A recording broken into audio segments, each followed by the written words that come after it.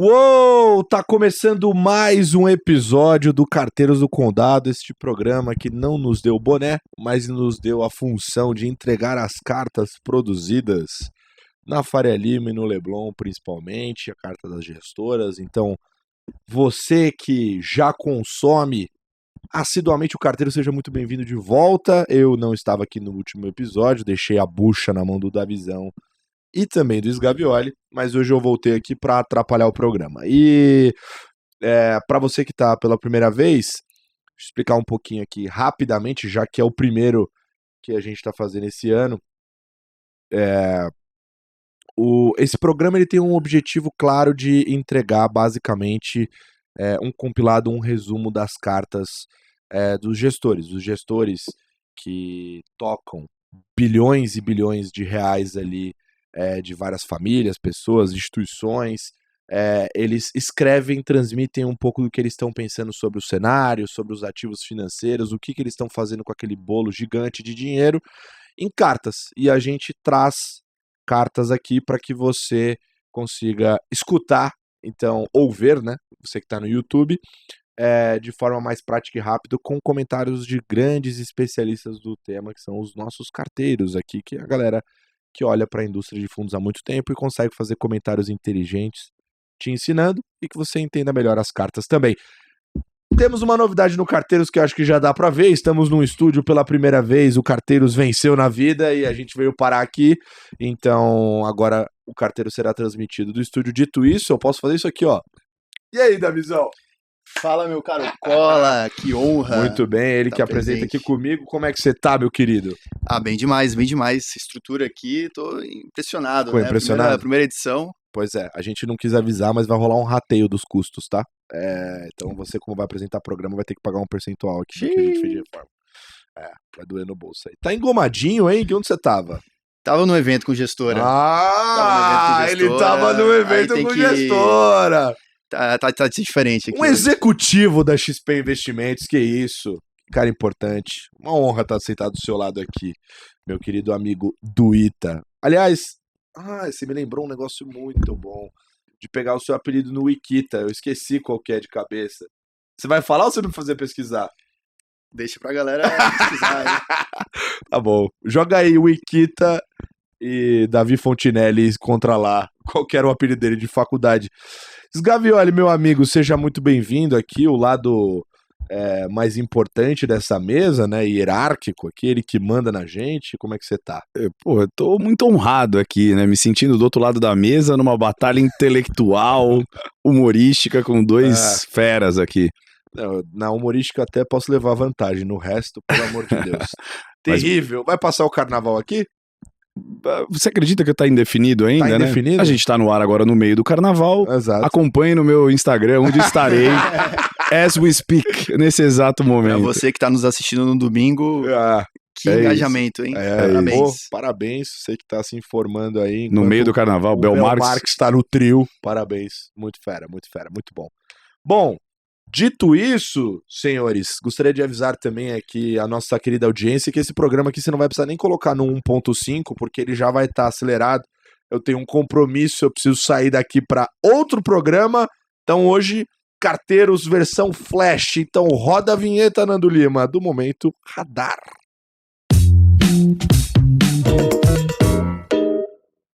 Meus caros carteiros, que início de ano de fortes emoções, hein? Como a gente já tinha antecipado no último programa, o ano começou rock and roll, principalmente por causa de Brasil, né? Invasão em Brasília, posse do novo governo, muito ruído na seara política, que acaba bagunçando qualquer estimativa macro que os gestores tentam fazer, embora o cenário global ele foi muito positivo. Então, talvez o Brasil até não tenha ido pior por causa do mundo, né? Então, na esfera global, a gente viu em janeiro principalmente, né, um certo arrefecimento de expectativa de aperto monetário pelo Fed, então isso é positivo para os ativos de risco, e também a questão da reabertura da China, essa retomada gradual que tem acontecido com a China é muito bom, principalmente para países emergentes, né? Então isso traz um certo, por um lado, otimismo com o Brasil, mas por outro, na parte local, né, a gente vê muito ruído, e de fato o termo é esse, né? Ruído, coisa que você não consegue se basear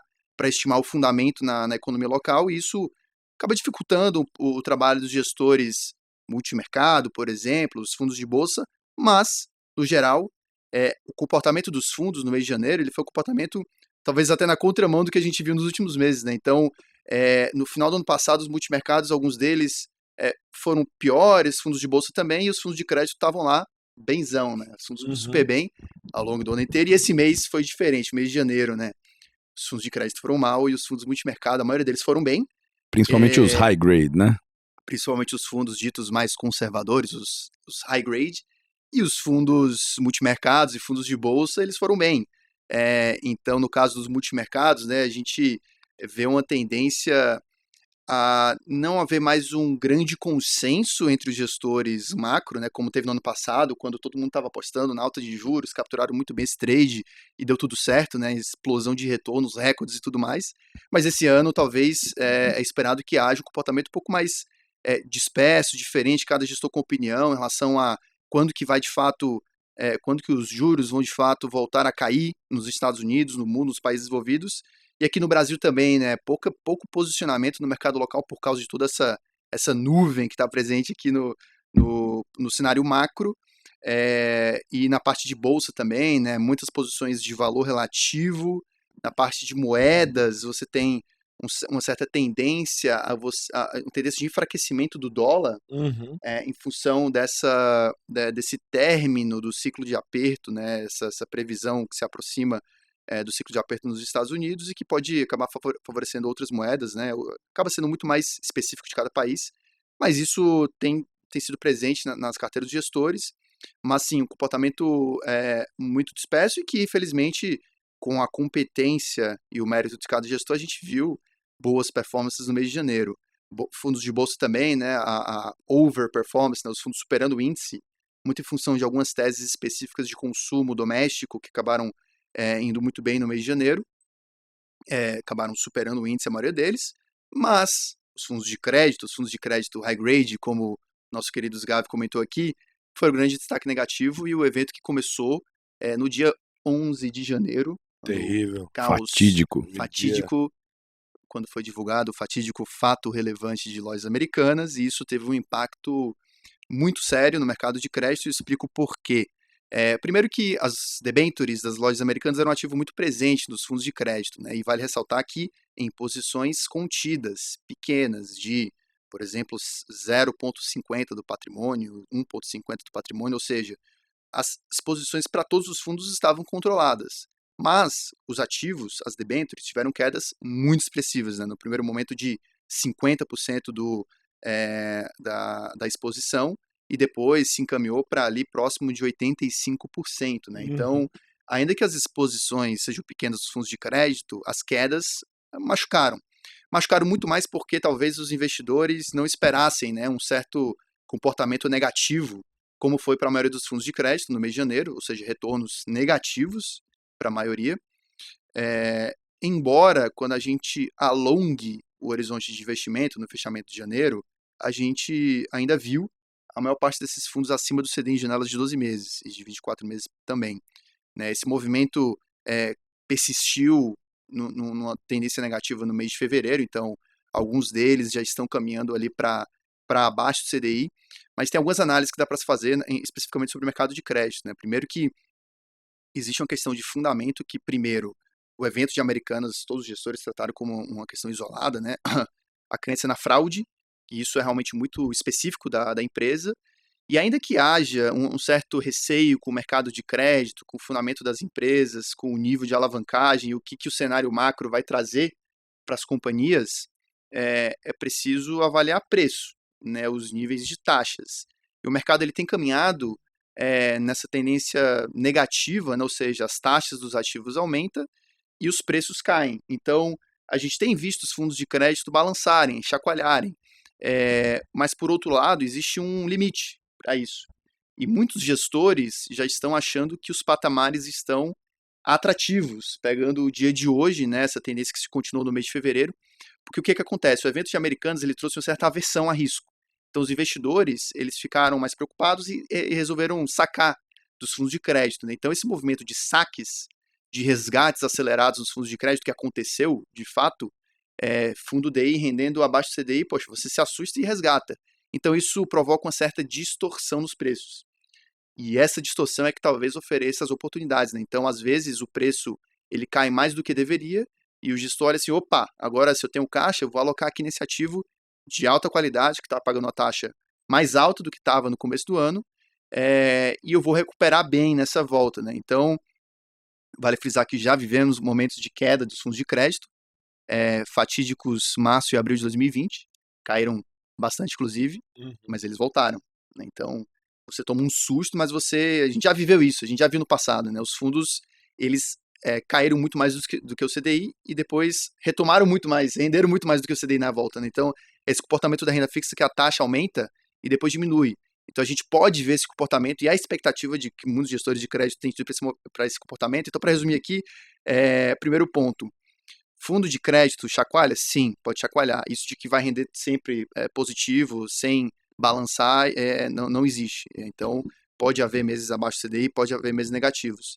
2, existem gestores que já acreditam que esses movimentos, os níveis de preço estão atrativos. Então, a gente, em termos de fundamento, pode estar chegando ali num limite para esse movimento negativo.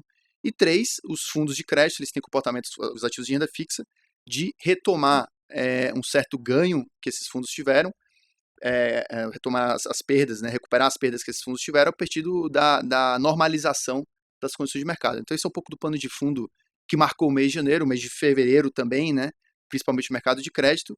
E com isso a gente encerra o radar de fundos, meus caros carteiros. Uma bela de uma lição de casa, hein? Que aula. Davi Fontinazzi. Passar uma lição de casa pro Davi, você tinha certeza que ele vai fazer muito bem feito. Boa, Davizão, obrigado aí pelo panorama.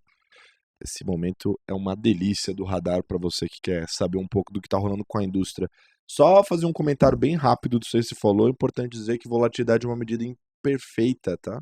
De risco. Então, não olhe o seu fundo de crédito ali e acha que só porque ele mexe pouco, não vai mexer em algum momento, tá? Crédito é meio assim mesmo. O negócio mexe menos porque é menos líquido, né? Para você ter volatilidade, você precisa de volume de negociação. O volume de negociação é mais baixo, porque o mercado é mercado de balcão, a galera fica se ligando lá para vender papel e não sei o quê. O negócio não balança e de repente acontece algum problema na empresa. Eu uso de uma vez só. Aí vem binário, a volatilidade que não veio, né? Vem uma vez só. Então, presta atenção sempre nisso. E bom que para gestor de crédito isso aí é muito ruim, porque tem fundo aí que quer dar o quê? CDI mais 2, Davi?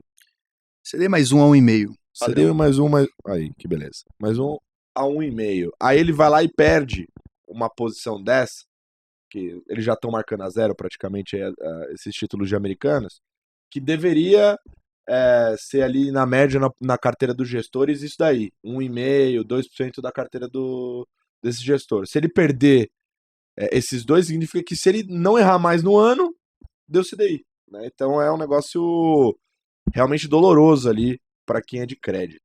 Só dando esses comentários aqui. Mas eu vou fazer, já entrando nas cartas aqui, para até a gente dar o boost no nosso tempo aqui. Eu vou falar das minhas duas primeiras cartas aqui já e tirar o meu corpinho de campo para vocês depois falarem das cartas de vocês. Mas eu vou começar com a carta da vista. Olha só o Nando Lima jogando a carta da vista na tela. Olha só que isso! Isso aqui não é pirotecnia. O que tem de melhor no audiovisual brasileiro, tá bom? Vocês têm que respeitar esse time. O Vista... a carta deles é razoavelmente longa, são 4 páginas escritas, né? Então, eu vou sintetizar aqui a carta para vocês em algumas etapas. Primeiro, falar da performance, como o Davi antecipou, né? Mês positivo aqui para os fundos, 2,48% de retorno e 1,57% no mês e no ano, respectivamente. Então, aí uma performance positiva do Vista. E em janeiro, eles explicam aqui os ganhos, né, do fundo. Eles foram explicados basicamente por uma posição comprada em renda variável internacional, tanto em ações americanas quanto chinesas, e numa posição relativa de renda variável brasileira.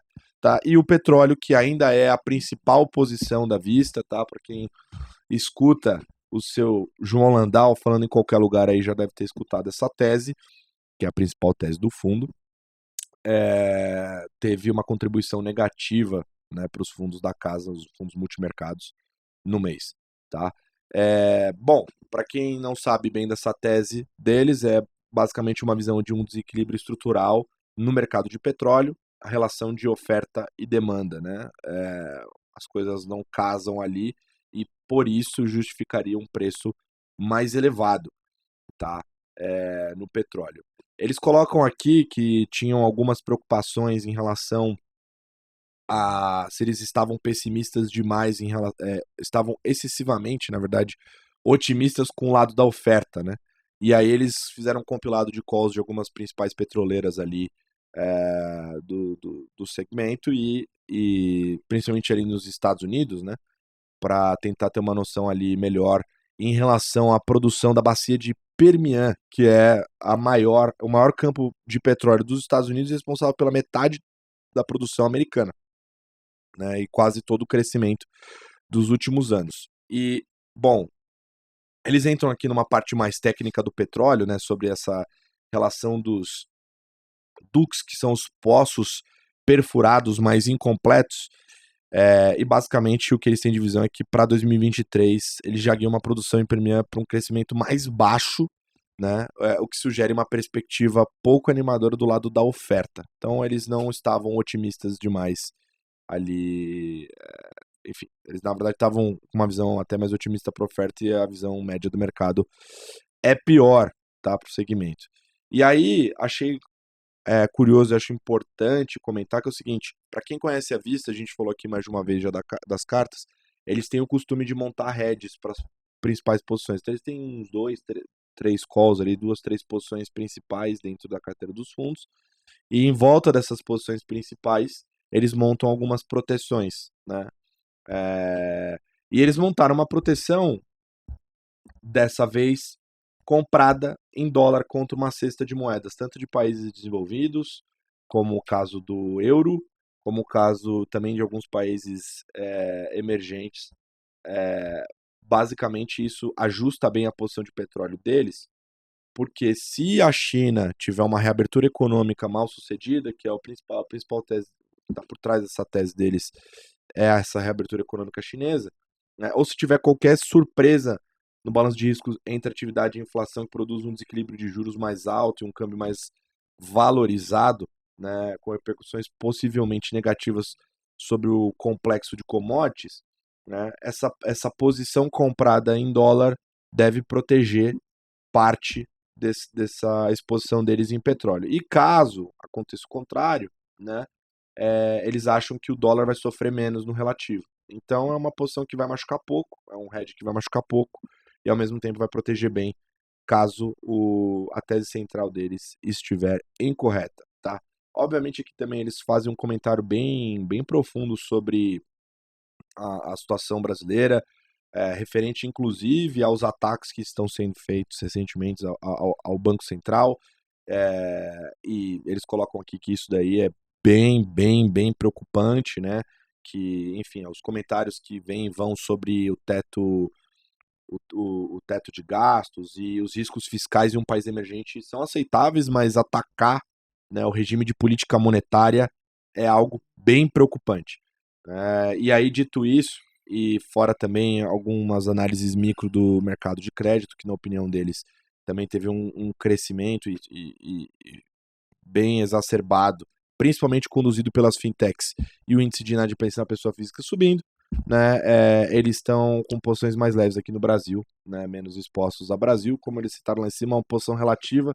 Para ser bem sincero, é o que muitos dos gestores multimercado estão fazendo. Provavelmente vocês vão comentar aí, vocês vão falar que a galera está mais comprada lá fora, mais exposta lá fora do que aqui. E a carta da Dália, que eu pedi também para o Nando separar, porque tem alguns gráficos bacanas, e aí eu encerro aqui as minhas cartas. Tá? A Dália, para quem não conhece, é aquele bichinho de pé da mesa de doce de festa infantil. A carta dele sempre é boa de ler, eles sempre colocam uma historinha legal e aí fazem o seu trabalho ser mais leve e divertido. Aliás, um parabéns sempre a Dália por isso, por fazer uma carta divertida e mais palatável, né, para você que quer ler é sempre bom, mas a gente vem aqui explicar porque ainda que seja palatável, rola umas paradas dessa estranha aí que tá rolando na tela, então é legal explicar um pouquinho do que rola. Eles vieram aqui nessa carta com o objetivo de falar sobre o último dos 3 P's dos investimentos. Então eles falaram nas outras cartas sobre lucros, né, que é o P de Profits, falaram sobre posicionamento e políticas. Nessa carta eles falaram basicamente do terceiro tópico, né? E aí eles colocam algumas explanações, né, sobre política. E quando se pensa em política, tá, concluindo aqui um pouco da leitura da carta, normalmente a gente vai pensar em quê? Em Brasília, a gente vai pensar na Casa Branca, né? Mas o que importa mesmo em política é a política que é feita a mais ou menos 1 quilômetro da Casa Branca, que é a política do Federal Reserve, a política monetária, a política de juros, né, a condução monetária. Isso é mais importante do que a condução política, né, pros ativos no mercado, obviamente, né? E, bom, eles colocam aqui a alta de juros lá nos Estados Unidos, que hoje, né, tiveram 9 altas, né, até chegar a 4,75, que é o que é praticado atualmente. E o principal debate do mercado nesse momento é se essa alta, né, ela foi o suficiente ou não, se ela deve continuar e em que velocidade, né? A gente viu o Fed tirando o pé no volume de altas, fez uma de 25 bips, né, ou 0,25, antes eram altas de 50, então diminuindo ali o pé, para entender se vão conseguir, se essas altas serão suficientemente grandes para desacelerar a economia e jogar a inflação para meta, que é de 2%, tá? Se isso for verdade, vai ser muito bom para ativos de risco em 2023. E, aliás, o ano já começou assim, como o Davizão estava citando aqui anteriormente no radar, né? Se isso não for verdade, aí não será tão positivo para os mercados, né, de risco. E aí o que acontece? Nesse primeiro gráfico aqui que o Nando jogou na tela, eles colocam a relação da inflação americana com a variação anual do petróleo, tá? Então, basicamente, existe uma correlação entre o comportamento da inflação, obviamente, porque a gente consome muitos produtos que são influenciados pelo petróleo, né? Tudo é energia empacotada e a inflação e o petróleo, né, ele está enfiado em tudo ali que a gente consome dentro da cesta. Existe uma correlação aqui e aí ele joga no gráfico, né, a evolução dessa inflação anual do petróleo. E aí o gráfico já sinaliza uma queda ainda maior para os próximos meses. Então a gente percebe que está acontecendo uma queda na oscilação aqui do petróleo e da inflação americana. Isso gera uma tendência baixista para a inflação, que é importante porque o Banco Central americano tem mandato duplo, né? Máximo emprego e inflação. Se a inflação está caindo, em tese, a política monetária está funcionando, né? Indicando aí um dado positivo também.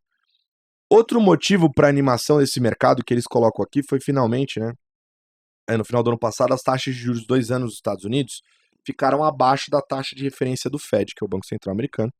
E essa taxa de 2 anos ela é vista como uma referência para onde a taxa de juros do Fed deveria seguir. Então, segundo o gráfico, Nando, por gentileza, se a gente olhar aqui, ó, reparem que a taxa de 2 anos já está abaixo do Fed Fund. Ou seja, se está passando para baixo, não está acima, não deveria continuar subindo, como a gente viu a tendência ao longo do gráfico inteiro até lá em cima, né? Mais um dado importante. Só que é importante lembrar que boa notícia econômica pode não ser necessariamente uma boa notícia, porque boas notícias econômicas mostram uma economia forte, né?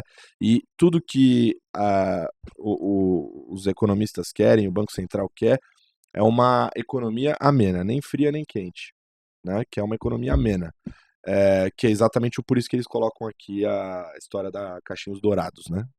Que tem a historinha do Mingau, não vou entrar nela aqui para não queimar tempo, mas o ponto de atenção principal de risco aqui continua sendo o mercado de trabalho americano. Os mais pessimistas argumentam muito que é muito difícil que o processo de desinflação seja completo, caindo para a meta de 2%, com o mercado de trabalho uma vez tão forte quanto está, né? E isso vai ter que com o mercado nesse formato, vai ser necessário um reajuste real de salário. Então, isso aí complica bastante a pedra no sapato do Fed. Nando, o terceiro gráfico já está na tela, maravilhoso. E aí a gente vê a relação de desempregados e vagas em aberto, que é aquela historinha lá de ser quase o dobro, 2-1, que já falaram inúmeras vezes aqui no Stock Pickers. A gente vê realmente que a boca está invertida, bem invertida, ali em relação a vagas por pessoa desempregada. E aí a dinâmica do emprego continua bastante forte, ainda com mais de 10 milhões de vagas em aberto para pouco mais de 5 milhões de desempregados, 2-1. Como eu falei, a taxa de desemprego atual é de 3,4%, está em um dos patamares mais baixos da história. Tá? Dito isso, para eles, né, ainda não, eles concluem aqui no final da carta, que não dá para saber o futuro, processo de desinflação, se ele realmente vai acontecer ou não, dado o nível atual da taxa de juros. Os mais cautelosos argumentam que ainda tem mais choques de juros por vir. Por outro lado, há também risco da economia americana desacelerar demais, né, que é ficar fria demais, e alguns dos indicadores antecedentes eles apontam que para isso, né, e uma recessão mais forte que o mercado, que é o tal do hard landing lá, e ser um hard landing mais forte, mais agudo, isso poderia causar uma queda nas bolsas pelo mundo e um dólar mais fraco também, né? E aí, por isso, nos fundos deles, eles mantêm uma visão de nível de risco balanceado, né? Mais expostos, com uma exposição mais baixa a ativos de risco no Brasil, né? Por conta das incertezas do rumo da economia, né? Mas eles seguem mais otimistas com os impactos da reabertura da China nas ações de países emergentes e nos mercados de commodities. Tá? Então, uma visão aí razoavelmente parecida com passagens da carta da vista. Bom, falei pra caceta aqui. Sgavi, tudo bom? Tudo bem. Joga uma cartinha aí pra nós. Vamos lá. Muito bom. E eu desafio vocês a saberem que carta eu vou trazer. Vai falar daqui, né? Opa! E não tô puxando o saco do Rui Alves. Depositando alguma coisa na tua conta. Um capilézinho, não tão. Não tão? Não Pagando tão, um não café, tão. É que a carta dos caras é boa, é fácil de ler. Então, se agora... Must read. Must read, Pelo menos Gabi tá lendo na boa aqui na moral, porque gosta da carta, mas fica aí o convite pra galera daqui, né, levar o Sgavi pra almoçar, né? Muito obrigado. Não custa nada, a gentileza gera gentileza. Perceba que não sou eu que tô pedindo, mas vamos lá. E eu acho que é bacana, a carta da Quiné, aliás, fazendo um parênteses, que é o fundo Quiné Atlas, teve uma performance levemente negativa aí no mês de janeiro, mas a provocação e o assunto que ele traz é o seguinte, né? Ele fala do filme Grande Gatsby, que acho que nenhum de nós aqui que somos jovens... Aquele que faz assim com a tacinha, né? Exatamente. Léo DiCaprio. É isso. Basicamente sobre quando você encontra uma outra pessoa num outro momento, lembrando que você viveu com ela, enfim, alguma coisa lá no passado, se você consegue reviver. Porque o momento é outro, a pessoa talvez mudou anos depois. E por que ele fala isso? Ele fala muito do que talvez o novo governo esteja tentando fazer, né? Reviver governos passados, fazendo coisas parecidas, e aí ele vai questionar que talvez não seja o tal do período Dilma. Ele vai, na verdade, porque o mercado virou, né, e começou a falar que esse Lula 3 está com cara de Dilma 1, né? Ele fala que não. Então ele já comento sobre o que ele fala. Então o questionamento é esse, falar, será que repetir o que de fato foi feito lá atrás vai gerar o mesmo outcome, né? O mesmo resultado? É engraçado porque... No máximo vai rimar, né? Mas essa provocação aí é boa porque ela serve tanto para o governo, economia, como o Sgavi está colocando, quanto para você que está tentando voltar com a sua ex, o seu ex, né? Tá aí o conselho amoroso do hit aqui do Condado Sgaviora. Exatamente. Então, o sentimento geral de todo mundo é que o governo está tentando tomar medidas que tentem reviver o passado, né? Então, ainda com discursos adicionais que acaloram, e você comentou aí nas cartas, né, sobre questionamento de meta de inflação, independência do Banco Central, mas aí ele tenta pontuar, para não me estender muito, quais são os pontos que ele acha que talvez esse governo Lula 3 não seja com cara de Dilma 1, mas sim com Lula 2, muito mais parecido. Então, quais as principais aí diferenças que ele vê nesse Lula 3 para Dilma 1? Na verdade, na época da Dilma, se a gente lembrar, eram mais gastos, de uma forma geral, só que ela promoveu muito corte de impostos, né? Ela acabou tentando desonerar bastante, de forma meio, não sei se vocês lembram, né? Até escolhendo ali especificamente alguns setores, alguns impostos específicos, o que não está acontecendo agora, né? A proposta do Haddad é de onerar, né? De você ter mais impostos para fazer contrapartida ao aumento de gastos que foi proposto. Então, uma primeira diferença que ele cita Lula 3 está propondo aumenta gasto e aumenta imposto. Dilma 1 era aumenta gasto, reduz imposto. Outro ponto que ele pega é que basicamente ele questiona, né, e se a gente lembrar, no governo Dilma foi quando a gente teve uma queda forçada ali dos juros, né, então a gente lembra que o juros acabou indo, mesmo com a inflação em patamares elevados, até com pressões altistas, acabou que o governo pressionou para uma queda forçada ali da taxa de juros. Na marreta. E dessa vez, eles acreditam que a independência do Banco Central vá se fazer valer, né? Apesar de acreditarem sim que a revisão de metas de inflação talvez acabe acontecendo para alguma coisa ali saindo do que seria 3, né? Para o ano que vem, vá para 4, alguma coisa dessa natureza. O que vai permitir talvez o Banco Central ser um pouco mais frouxo.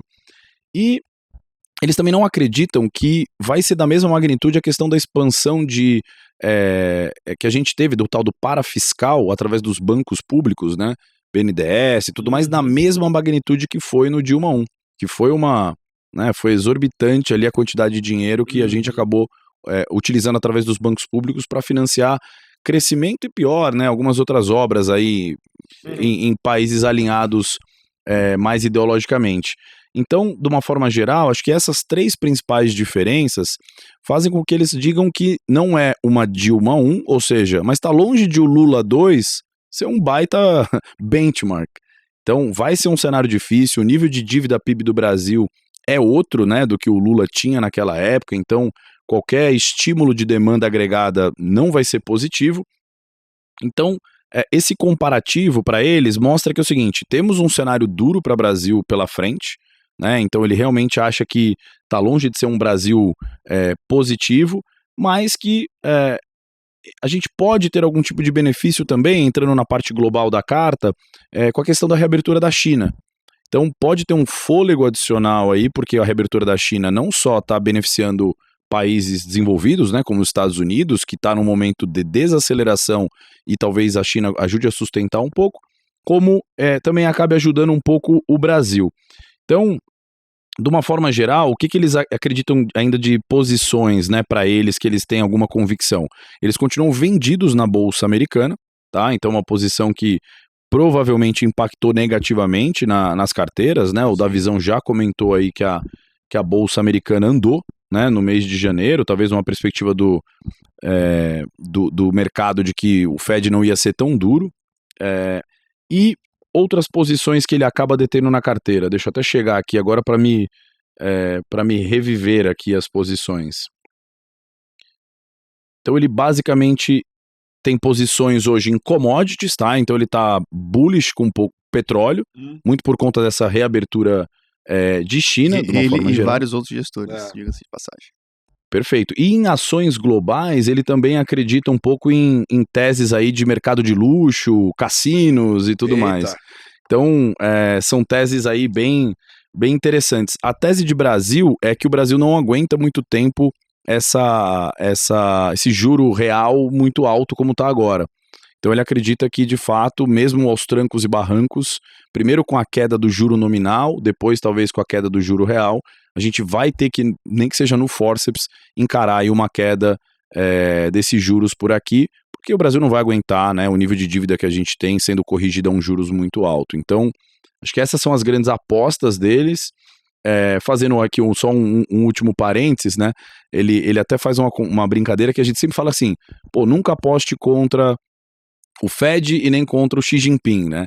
Então as posições deles estão meio que refletindo isso. Não estou apostando contra o Fed, ele vai ser duro, então estou vendido em bolsa americana, e também não estou apostando contra a China, que a China de fato deve ir para o crescimento perto de 5%.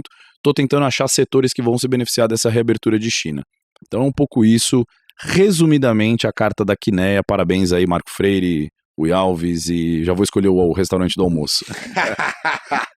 Uma eloquência maravilhosa aí na fala. Boa, Gavi. E aí, Davizão? Não, só um parênteses, né, que acho que eles têm a carta e não só a carta, né, tem vídeos e vários Não, os formatos, caras até publicaram eles estão tentando tirar o meu emprego. Com muita força. coisas bem interessantes. Mas, senhores, a minha primeira carta que eu queria comentar aqui é a carta anual da Norte Asset Management, e talvez a primeira vez que ela aparece aqui no programa. E eu tenho a opinião de que, eu já comentei isso no último Carteiros, né, se uma gestora se propõe a escrever uma vez no ano, você deveria parar para ler, porque provavelmente o conteúdo é mais elaborado, é mais sofisticado, eu Com diria. certeza. Ou semestralmente também, como a gente vê alguns casos de Escuta o grandes Carteiros que o Davizão vai gestoras comentar pra você. renomadas. Mas a Norte é uma gestora, para quem não conhece, é uma gestora relativamente nova. Eles completaram os seus 2 anos de histórico, Sim. mas com profissionais bastante experientes, né? Então, o principal sócio gestor, Gustavo Salomão, que Já foi... esteve no Stock Pickers, Já esteve no inclusive. Stock Pickers? Já. Maravilha. Que começou a carreira do Banco Garantia, a escola Garantia, e chegou a ser tesoureiro do Credit Suisse, que acabou Sim. comprando o Garantia, então ele fez a carreira na instituição, até decidir empreender e fundar a Norte, né, no começo de 2021. E a estratégia carro-chefe deles, o flagship, é o Norte Long Bias. Então, o fundo Long Bias, ele é um fundo bem interessante, eu diria. É um fundo de bolsa Total Flex, né? Que, aliás, foi o melhor de 2022, tá? O Norte Long Bias. Ele liderou, né, então, a categoria e até por isso que impressiona, né, você quer entender o que ele fez de diferente dos demais e no ano em que, depois de muita volatilidade, o Bovespa fechou no campo positivo, ele subiu 28% em 2022, janeiro especificamente, subiu também, foi ali com o índice 13,38, a estratégia Long Bias, né, mas o fundo Long Bias é interessante porque ele é um fundo, como eu falei aqui, né, ele é bem flexível, pode comprar ação, pode vender ação, pode ficar alocado no Brasil, no exterior, tem muita mais flexibilidade do que os tradicionais fundos que a gente chama de long only, né, que só Sim. compra ali posições, mantém posições compradas de longo prazo. Então, os gestores long bias, eles acabam tendo mais flexibilidade e que na prática deveria talvez proteger o fundo, né, em momentos como o ano passado, em que teve muita volatilidade, alguns papéis caíram bastante, né, então o gestor que pode vender posições, ele acaba extraindo ganhos com essas posições vendidas, né, mas também vale frisar que com grandes poderes vem grandes responsabilidades, então não é todo mundo que consegue fazer isso bem, né, porque mais grau de liberdade você tem que tomar mais decisões para você construir todo esse quebra-cabeça, né? Então é difícil, é mais difícil do que gerir um fundo de ações tradicional, então não é todo mundo que faz isso bem. Mas no caso da Norte, a carta anual deles é bem detalhista, tá? Até acho que eu destaco isso porque eles foram bastante transparentes. Inclusive até o primeiro gestor que eu vejo mencionando uma tese short. O gestor de ações tem isso, né? Às vezes ele fica meio No Stock Pickers, o Salomão reticente. falou também.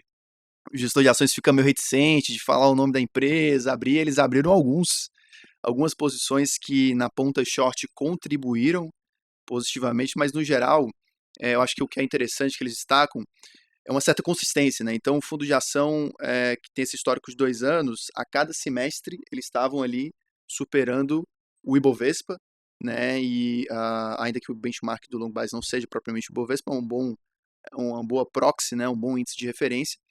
E o que é interessante, avaliando de maneira mais geral, né? Para você avaliar um fundo, é o comportamento assimétrico. O que é isso? Eu até já comentei aqui quando eu estava comentando do memo do Howard Marks, que ele menciona o conceito de assimetria, que é o seguinte, pegando a referência do Ibovespa, né? Ainda que o fundo ele suba menos do que o Ibovespa, se quando o Ibovespa cair, ele cair menos e proporcionalmente menos, você vê uma assimetria. Isso é bom, isso é positivo. Se o fundo, quando o Ibovespa subir, ele subiu mais do que o índice, e quando o Ibovespa cair, ele cai menos do que o índice, porrada também. E se quando o índice subir, o fundo subir, quando o índice cair, o fundo subir, aí, meu amigo, é um cenário muito bom também, né? E que foi o que aconteceu com o caso de Norte, né? Então eles até colocam um gráfico aqui de cada semestre, né? Então o primeiro semestre de 21 eles subiram mais do que o índice, segundo semestre de 21, que foi aquele semestre horroroso para o mercado de ações. Acho que muita gente ignora esse fato que você falou, né? Às vezes cair menos que o índice, pô, você parte de um outro ponto, né? Então a chance de você... É efeito composto, compounding effect no tempo, que é poderoso, né? Exato. E o juro composto, o pessoal às vezes não pensa tanto nesse efeito, né? Então, no segundo semestre de 21, quando o índice despencou, eles caíram, mas caíram menos. No primeiro semestre de 22, do ano passado, o índice caiu e eles subiram, né? E no segundo semestre de 22 o índice subiu e eles subiram também mais do que o índice, né? Então esse comportamento, o acumulado disso foi muito poderoso para a performance do fundo. E em termos de ganhos que eles tiveram, né? Eles comentam aqui, como eu falei dos graus de liberdade, né? Eles de fato eles têm o grau de liberdade de não só manter posições compradas, que contribuíram positivamente, mas posições vendidas. Então eles ganharam bastante na ponta short da carteira do fundo, ganharam bastante na ponta macro, que nem todo fundo de ação opera, né? A parte macro, ou seja, posições em juros, moedas, mas dado que o gestor, Gustavo Salomão, ele teve esse background na tesouraria, ele operava nesses mercados, eles implementam isso na estratégia do fundo, então contribuíram positivamente ao longo do ano de 2022, né, posições, assim como os multimercados, a maioria deles apostas a favor da alta dos juros, e também posições em moedas, né, compradas na moeda local, real, isso contribuiu também positivamente. Então foi um conjunto de vários livros que eles mantêm na estratégia que acabaram, a parte de valor relativo, né, então o tal dos pares, que muitos gestores long short e também long bias acabam carregando a estratégia, né, isso contribuiu positivamente. E eles comentam na carta as principais teses long na parte comprada da carteira que eles carregam hoje, e acaba sendo de diferentes setores, tá? Então, por exemplo, na parte de consumo, varejo, vestuário, eles mencionam a tese de Arezzo, né, que tem sido uma forte convicção das maiores posições que eles têm carregado na carteira, e que ao longo do ano passado foi uma bela contribuição, e que é até um pouco contra-intuitivo, você pensa, puxa, a economia tá indo mal, pode ter uma queda de demanda, PIB não vai surpreender positivamente, mas você, no caso da análise do gestor, você olha muito mais o micro, né? Então eles mencionam a dominância que a empresa tem no setor, a marca forte, a expansão que eles estão fazendo via aquisições, M&As, e expansão tanto orgânica e inorgânica, né? Tudo isso corrobora para a parte micro, para defender a tese, né? Isso se aplica para várias outras teses que você olha assim, putz, o macro está muito ruim, mas na prática o micro da empresa ele é muito mais poderoso, né? Então os gestores carregam com convicção alta vários casos, né? Vários de empresas.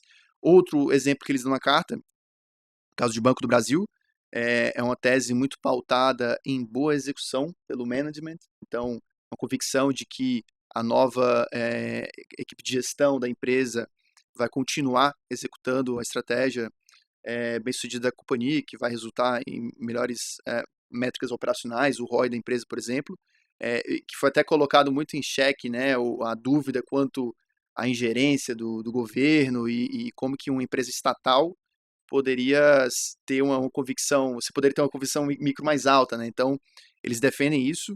Outro caso da carteira deles, né, uma tese mais estrutural, Sabesp, então empresa de saneamento que tem um upside de privatização, né, que acho que não só eles, eu já vi alguns outros gestores com esse call de privatização da companhia em função do resultado das eleições e as novidades que têm saído no âmbito na seara política. A parte de commodities também, né, que não só eles, mas assim, outros gestores têm capturado isso.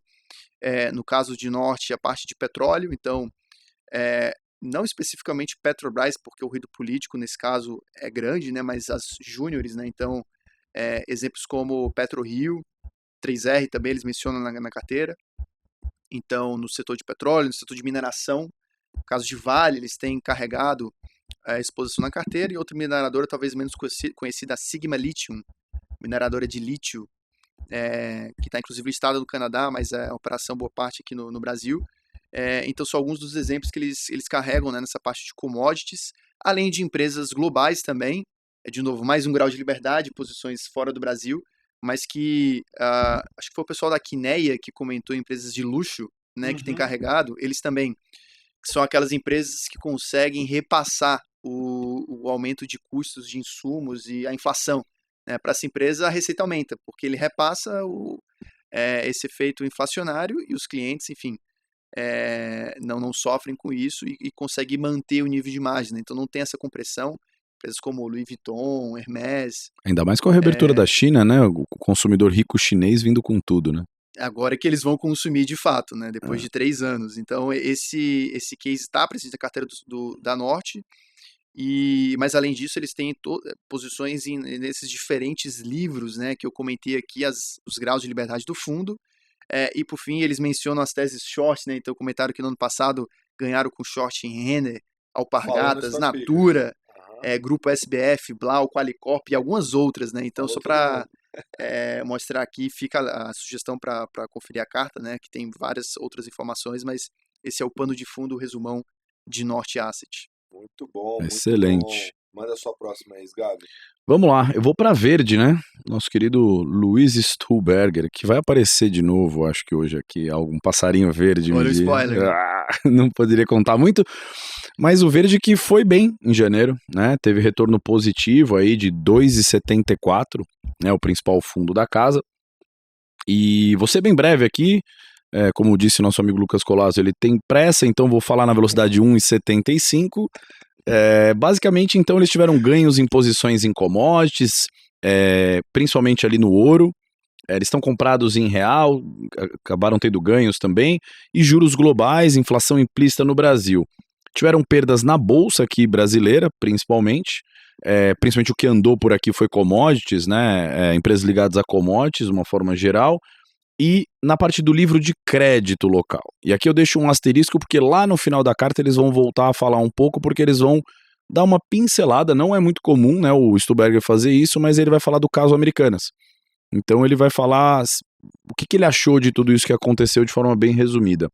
Mas ele comenta essa mudança de visão do mercado, né, principalmente no cenário global, um janeiro que trouxe uma visão mais positiva no cenário global, e principalmente o que para eles, talvez eles acham que não faça tanto sentido esse certo otimismo, apesar, de novo, também de citar como catalisador disso a reabertura da economia chinesa, né, também para o mercado americano.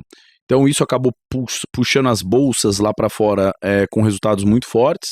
O Brasil, que deveria se beneficiar desse quadro aqui, acabou tendo suas atrapalhadas, né? Ele se atrapalhou de certa forma, então, de novo, ele também cita as questões de ataque à possível independência do Banco Central, a questão de discussão sobre meta de inflação. Então, eles também falam bastante sobre isso, né? Então, falando do impacto que isso acaba tendo para o valuation das ações, porque você tem isso sendo refletido na precificação da curva de juros e, consequentemente, no valuation dessas ações. Então, o Ibovespa, mesmo subindo de uma forma geral, ele enfoca que os setores domésticos sofreram bastante, e é onde eles têm algumas posições, principalmente, e falando que, principalmente aqui no Brasil, eles se incomodam com o excesso de ruídos que tem, com alguns poucos sinais ali, um pouco mais claros de para onde a gente está caminhando. Então eles mantêm exposições aqui na Bolsa Brasileira, como já citaram, né, principalmente em setores mais domésticos. Lá fora eles zeraram alguns hedges que eles tinham em posição na Bolsa Americana. Tá? Isso acabou ajudando bastante eles andarem por lá. Então eles têm uma posição ainda comprada em inflação implícita aqui no Brasil. Acho que muita gente está apostando um pouco nessa posição, né? Muito dos multimercados, tem sido, de certa forma, comum, e eles continuam comprados em ouro, que deu bons retornos, e petróleo como commodities. Estão vendidos no euro contra o real, e eles reduziram as posições em crédito high yield global, botaram um pouco no bolso, que andou bem, né? Tem andado bem com o fechamento forte que a gente viu nas treasuries, né? Principalmente nas curvas de juros, principalmente lá nos Estados Unidos, e tem uma posição relativa ainda em crédito local. E aí, por que foi bacana terminar um pouco com essa parte do crédito local? Porque aí, de novo, ele vai fazer um mini dossiê sobre o que ele viu do caso Americanas. Ele conta especificamente como eles foram fazendo investimentos em dívidas emitidas pela Americanas. A primeira vez, saíram com ganho. A segunda vez, saíram com ganho. E vão explicando por que fizeram esses investimentos, né? Muito da tese do que muita gente tinha. Empresa centenária, gerida por 3 caras que são tidos como os melhores gestores de empresas no Brasil, nível de endividamento relativamente comportado, enfim, projetos aí de crescimento e expansão também bastante palatáveis, enfim. E aí, o terceiro investimento em dívida da Americanas foi o fatídico, né? Que eles compraram lá debentures a CDI mais 2,75, tinham, na visão deles, um excesso de spread para o nível de risco que era a empresa, e o papel de um gestor numa hora dessa, seja de um fundo de crédito ou de multimercado, é tentar ajustar sizing, né, tentar ver, faz sentido, qual o tamanho, e eles acreditam que fizeram certo, até porque, mesmo com o desempenho negativo que você comentou, Davi, eles tiveram um impacto de menos 14 basis points só. Agora, o que os incomoda, né, de certa forma, é que, de fato, eles trazem aqui um pouco do passado, alguns dias, o que eles acham, né? Eles questionam muito a questão de fraude, né? Como é que isso acabou não refletindo, principalmente, por exemplo, de quando as pessoas, nos dias que se seguiram, não foram afastadas, as pessoas ligadas à área financeira da empresa, tirando o CFO, né, e o próprio CEO. Então ele acha um absurdo isso. De certa forma, ele acha que o processo de recuperação judicial vai ser longo e acha que quanto mais longo for, quem mais vai ganhar dinheiro nesse processo são os advogados, com chance de reaver aí muito pouco dessa dívida por parte dos credores, fornecedores, investidores, de uma forma geral.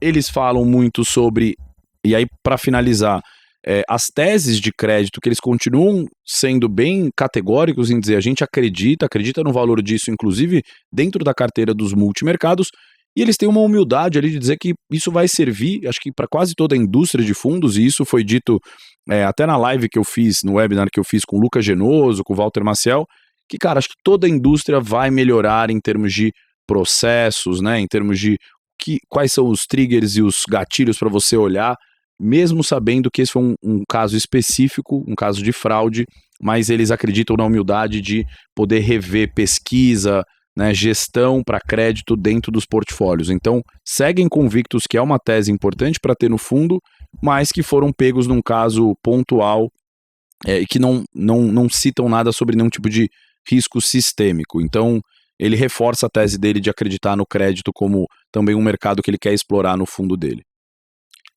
Esse comentário vai muito em linha com a minha segunda e última carta, que é a carta de renda fixa da XP Asset, carta mensal legal. que eles têm.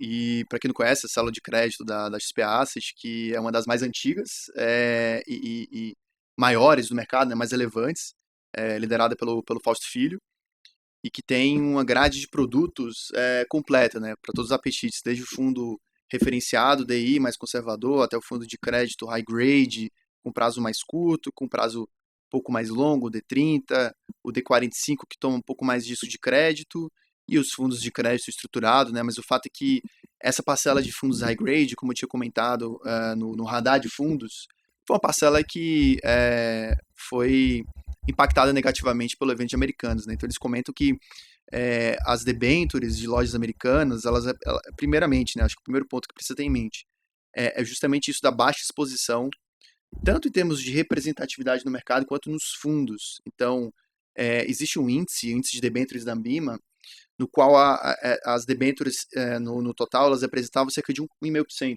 desse índice, que vai em linha com a exposição que os fundos carregavam, né? A maior parte dos fundos tinham nessa de 0,5% a 1,5%, e que no caso da XP Asset isso se aplicava também. E depois desse evento, esse impacto negativo, o que se sucedeu, e o que eles destacam também na carta, é o fluxo de resgates, os fluxos de resgates expressivos, e que acaba podendo distorcer, né, o nível de preço dos ativos e ainda que haja uma eventual queda marginal em função de cenário macro, em função do fundamento, do micro, de nível de alavancagem das empresas, o fato é que os resgates eles acabam intensificando isso e oferecendo oportunidades, né? Então, é interessante que eles destacam que eles encontraram boas oportunidades no mercado secundário, né? Então, nesses momentos, né, o gestor que tem caixa, dinheiro para alocar, ele pode se aproveitar bastante dessas distorções que acontecem no mercado secundário principalmente, comprar ativos com taxas maiores, mais atrativas do que deveria valer, e depois capturar essa normalização de preços, né? E principalmente, na verdade, não só nas debêntures tradicionais, mas também o que eles acabam destacando, nas atreladas ao IPCA, as debêntures incentivadas, que esse é um movimento que até se iniciou no segundo semestre do ano passado. Desde então, o mercado vem sofrendo um pouco, né, os níveis de taxas aumentando, que acaba impactando os preços, e isso, por outro lado, acaba oferecendo mais oportunidades na margem, né, taxas mais altas, preços mais atrativos e convidativos. Então, é uma classe que eles destacam, né, que, embora venha sofrendo, né, tem oferecido bons níveis de preço, né, e no caso da XP Asset, ele tem dois produtos, né, o XP Debêntures Incentivadas, que são fundos isentos de imposto de renda, né, e que está nessa classe que não é tão comum, mas que foca nesse nicho, né, das debentures de infraestrutura, né? Então, acho que vai em linha a mensagem, né, principal aqui, um pouco do que a gente comentou, da questão de oportunidades que o mercado está passando a oferecer. Lembrando, o movimento começou em janeiro, em fevereiro tem persistido, né, essa abertura das taxas, dos prêmios, mas, por outro lado, existem, em alguns casos, distorções, até gestores que não operam esse tipo de ativo, né, os gestores high yield, que focam em outro universo, estão começando a olhar para os fundos, para os ativos high grade, para conseguir capturar essas oportunidades, né? Então, para entender, né, a magnitude do que pode ser esse movimento. E com isso a gente encerra aqui a parte de renda fixa. Meu caro Colazo, o que você tem aí de dica para nos passar? Eu tenho pressa, fala aí. O que eu tenho... Bom que já a galera costuma colocar no podcast 1.75 aí já foi, né? Mas agora nós vamos pro nosso momento aqui, momento de descontração com dicas valiosas ao mesmo tempo, que é o Dica Cultural. Então, Nando Lima, roda a vinheta.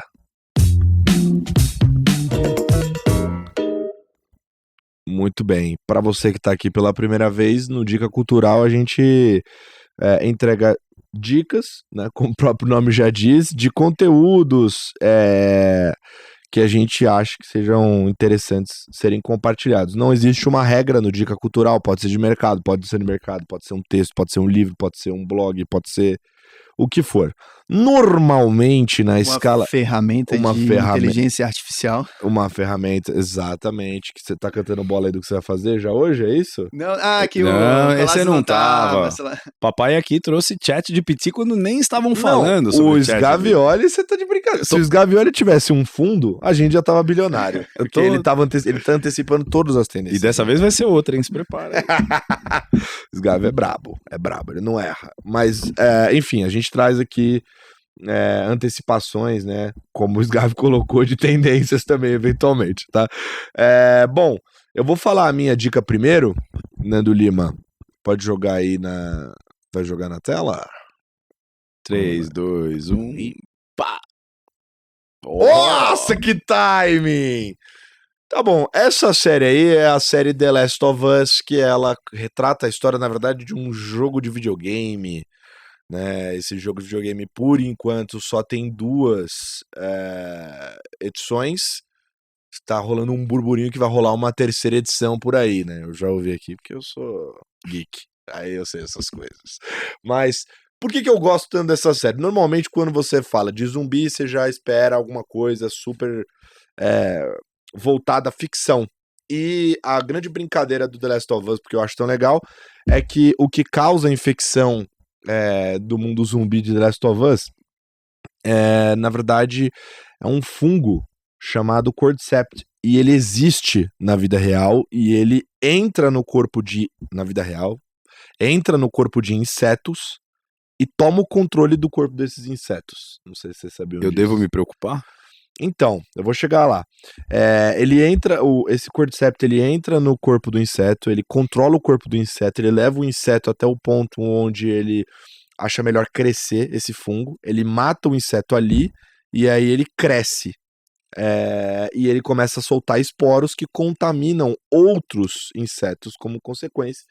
E um Cordyceps dentro do corpo de um inseto pode simplesmente aniquilar uma colônia inteira. Que é mais ou menos o que o The Last of Us mostra, só que com os humanos. Como se isso evoluísse para os humanos. E curioso é que o Cordyceps é utilizado como medicamento para humanos. Uou. A gente utiliza como medicamento porque o Cordyceps ele tem a característica de reduzir a sua imunidade, né? Então, quando o Cordyceps ele entra no seu corpo, ele diminui sua imunidade. Se você está precisando fazer algum tratamento de medicamento que precisa de imunidade mais baixa para aceitar esse medicamento, você toma um medicamento feito de Cordyceps para diminuir e você conseguir aceitar.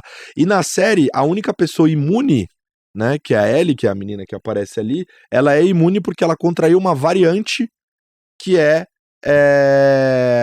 que ela não causa o controle do corpo e só reduz a imunidade. Isso é spoiler?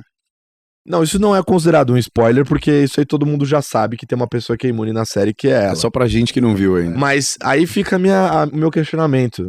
A infestação zumbi é algo possível.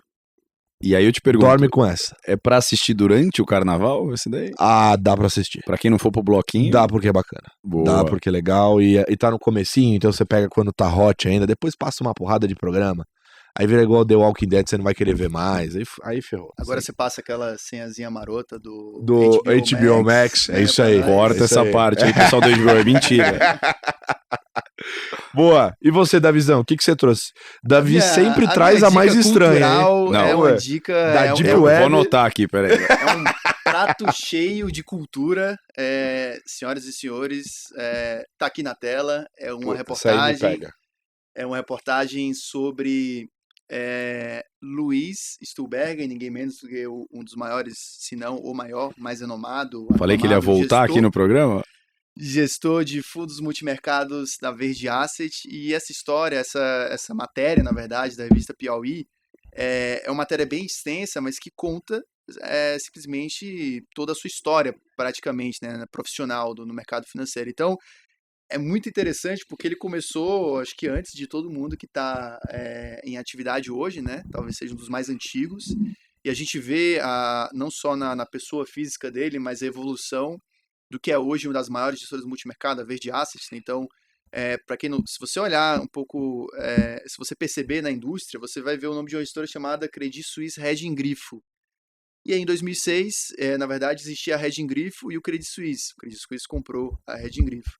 E aí, antes disso, a Hedging Grifo, existia a Hedging e a Grifo. Então, assim, são diversas coisas interessantes. E eu, particularmente, estava até estudando história da indústria de asset management, e não só essa matéria, mas coisas como você joga no Google quem fundou o banco tal. Aí tem os fulanos lá que estão em gestoras independentes hoje, você tenta encontrar a origem das coisas, né? Então, acho que isso é bem interessante. E essa reportagem aqui, essa matéria especificamente de outubro de 2008, ou seja, tem um tempinho já, né? Mas, poxa, fica a minha dica cultural e principalmente quem se interessa pelo mercado de fundos de investimento. Esse foi um must read, né? Foi o meu primeiro texto de mercado financeiro que eu li na minha vida. Você se emocionou, Lucas Collazo? Eu me emocionei porque eu falei isso pro próprio cara que é retratado na matéria, que é o Louis Stuhlberger, né? E parênteses que ele escreveu isso, essa matéria, se não me engano, é do ano da principal crise que a gente teve financeira, de 2008, né? Exatamente. A gente tava se questionando, eu me lembro... Outubro de 2008, então o mundo tava se acabando. É isso, a gente tava se questionando se as pessoas iam estar vivas, se o mundo ia estar de pé... Loucura. Foi emblemático. Loucura. E vocês, Gavi? Nando, temos as fotos, porque o que eu vou recomendar agora é de vida real. As pessoas... cara, você que está aqui ouvindo esse querido podcast, programa, no meio do carnaval, espere o carnaval passar, se você está no Rio de Janeiro principalmente, e saiba que no Rio agora você tem uma opção de um polo de inovação, né, onde você vai encontrar uma série de pessoas querendo fomentar a inovação, a tecnologia, cultura cripto, que é a Hashtown, né? Então a Hashtown, ela é um hub ali, um lugar que, aliás, fica na zona sul do Rio, isso é muito bacana. Eu diria que ali pode virar muito bem um polo turístico pro pessoal aí que é mais gosta dessa cultura geek também. Então você tem, desde a entrada de um restaurante renomado, do chefe Rafa Costa e Silva. Conhece Rafa Costa e Silva, Lucas? Não conheço. Ele apresentou um programa de culinária na Globo até. É o cara que tem estrela Michelin, ele pilota esse restaurante logo na entrada, é um restaurante café. Você pode pagar com cripto, inclusive, no restaurante. Legal. E aí você tem todo um espaço de convivência, onde você pode, desde organizar eventos, fazer um tour, empresas, principalmente fundos de venture capital, empresas de tecnologia já estão usando como local de trabalho, então é como se fosse ali um escritório compartilhado para criar um ecossistema de inovação e tecnologia, e de fato, eles querem trazer para o coração do Leblon, que é o bairro mais nobre ali da zona sul do Rio de Janeiro, esse ponto quase que turístico para quem gosta do tema. Então, o nosso querido amigo Cauê Duarte, que aliás puxou a orelha do Lucas Collazo, que não foi lá ainda. Vamos lá junto, né? Vamos. Aliás, Cauê, fica aqui tá aí, se o pessoal que tá assistindo ou ouvindo Carteiros, Ó lá, eu e ele, ó. Ele é esse rapaz de olho Olha fechado. lá que aqui, beleza. Deu aquela piscadela, achou que a gente ia perder. Cauê, sacanagem, viu? Foi o Colasso que escolheu a foto. Fica aí a dica, falem pro Cauê, ó. Eu ouvi no Carteiros do Condado que eu posso fazer um tour aqui pela Hashtown. O Cauê vai deixar você, vai bater um papo, vai explicar tudo pra você. E aí depois eu combinei. É isso. Se 10 caras chegar lá e falar que viu no Carteiros, a gente vai lá e vai almoçar. Não, 10 é muito, 5 já tá valendo super. 5 já tá super então valendo. Então tá bom, então Cauê, são 5. Então, 5 ouvintes do Carteiros forem lá. Gente, espaço muito bacana. A gente, um almocinho? Pô, almoçou. Ou você quer ganhar uma cripto, um Bitcoin? Não, vamos almoçar. É o teste do marshmallow. Não, lembra? Vamos almoçar, não quero Bota pra dentro, melhor, né? Boa, mas é isso, gente. Só pra contar, também dar um glamourzinho, foi muito inspirado pra eles, né? Muito essa parte no que o Andy Warhol fez na década de 60. Tentar criar ali um ecossistema. Ele era um artista plástico super famoso em Nova York. Então ele tentou criar isso, onde as pessoas que têm interesses comuns e similares pudessem frequentar, trocar ideias, bater papo. E isso ajudou muito pro desenvolvimento das artes ali, nessa época ali na cidade de Nova York. Eles querem fazer coisas parecidas com quem olha para Web.3, blockchain. Então, parabéns aí, time da Hashdex, né? Marcelo Sampaio, todo mundo, Samir, que eu tive com a turma lá. Cauê, boa sorte, sucesso. Visitem Hashtown e o Crypto Kitchen. Não Chicken, né? Que a gente tinha brincado aqui. Pô, com essa eloquência aqui na fala e voz de apresentador de podcast que o Sgavi tem, que mais um candidato aí para arrombar meu emprego, a gente encerra com essa dica maravilhosa que é física, né? Então, você pode, antes de sair de casa, assistir um episódio do The Last of Us, no caminho, ler, né, a matéria da Piauí e sentado lá, você degustar uma bela de uma comida e pagar em cripto. Se você tiver uma wallet. Tá feito o programa do carnaval. Montei já aqui. Detalhe que a Hashtown só vai abrir a partir da quarta-feira de cinzas. Então pode curtir o carnaval e depois você vai lá. Ninguém precisa romper o cronograma dos bloquinhos aí pra ir lá comer pagando com cripto, tá bom? Muito bem, Sgavi. Tá aí então a sugestão. Este é mais um episódio do Carteiros fazendo só uma errata. No começo eu falei que era o primeiro do ano. Mentira, já teve. É que eu tava com ciúmes porque eu não tava aqui. Ele ignorou o nosso estúdio. Ignorei. Mas é o primeiro no estúdio. Obrigado. Tá vendo? Da visão passando pano pra mim. É assim que tem que fazer. Isso aí. Muito bem. Boa.